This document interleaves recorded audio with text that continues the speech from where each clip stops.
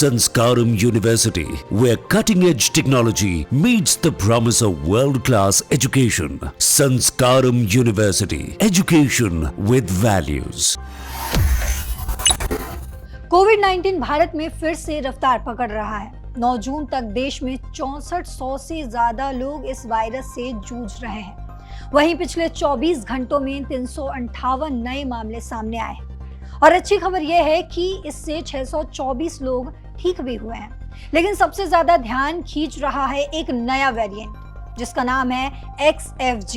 ये XFG variant Covid का एक नया रूप है जो ओमिक्रॉन परिवार का हिस्सा है। देश में इसके अब तक 163 मामले मिल चुके हैं। सबसे ज्यादा 89 मामले महाराष्ट्र में हैं। इसके बाद तमिलनाडु में 16, केरल में 15, गुजरात में 11 और आंध्र प्रदेश, मध्य प्रदेश, पश्चिम बंगाल में 6 नए मामले सामने आए। वैज्ञानिकों का कहना है कि ये वेरिएंट पहली बार कनाडा में देखा गया था और अब ये तेजी से दुनिया भर में फैल रहा है। मई में इसके 159 मामले मिले और अप्रैल जून में भी कुछ मामले सामने आए। ये वेरिएंट तेजी से फैलता है लेकिन अभी घबराने की बात नहीं है। अब सवाल ये है कि ये XFG वेरिएंट कितना खतरनाक है। आसान भाषा में कहें तो ये वेरिएंट हवा में तेजी से फैल सकता है, बिल्कुल वैसे ही जैसे जंगल में आग। इसमें 4 खास बदलाव भी हैं जो इसे और संक्रामक बनाते हैं। लेकिन अच्छी बात यह है कि ज्यादातर लोगों में इसके लक्षण हल्के हैं, जैसे सर्दी, जुकाम या बुखार।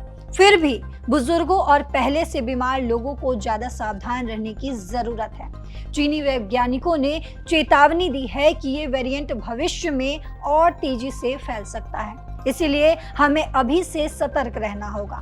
देश में कोविड के बढ़ते मामले को देखते हुए सरकार और डॉक्टर्स अलर्ट मोड पर हैं। आंध्र प्रदेश में मास्क फिर से जरूरी कर दिया गया है और अस्पतालों में ऑक्सीजन, बेड और दवाइयों का इंतजाम किया जा रहा है। उत्तर प्रदेश के कुछ जिलों में भी हेल्थ वर्कर्स की छुट्टियां रद्द कर दी गई हैं। अब ये समझते हैं ऐसा सिचुएशन में हमें क्या करना चाहिए।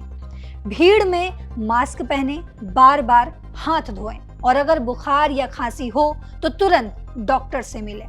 2 नए टीके MNX स्पाइक्स और NU वैक्सोविड भी जल्द मदद कर सकते हैं। बस थोड़ी सी सावधानी हमें इस लहर से बचा सकती है। ये XFG वेरिएंट सिर्फ भारत में ही नहीं बल्कि अमेरिका और थाईलैंड जैसे देशों में भी फैल रहा है। थाईलैंड में इस साल 2.5 लाख से ज्यादा मामले देखे गए हैं। विश्व स्वास्थ्य संगठन इसे करीब से देख रहा है। अभी घबराने की जरूरत नहीं है, लेकिन सावधानी बरतना बहुत जरूरी है। अपने परिवार को सुरक्षित रखें, मास्क का इस्तेमाल करें और डॉक्टर की सलाह लें। हम सब मिलकर इस वायरस को फिर से हरा सकते हैं। बस अपडेट रहें और सुरक्षित रहें। देश और दुनिया की बाकी खबरों के लिए देखते रहें दैनिक जागरण। नमस्कार।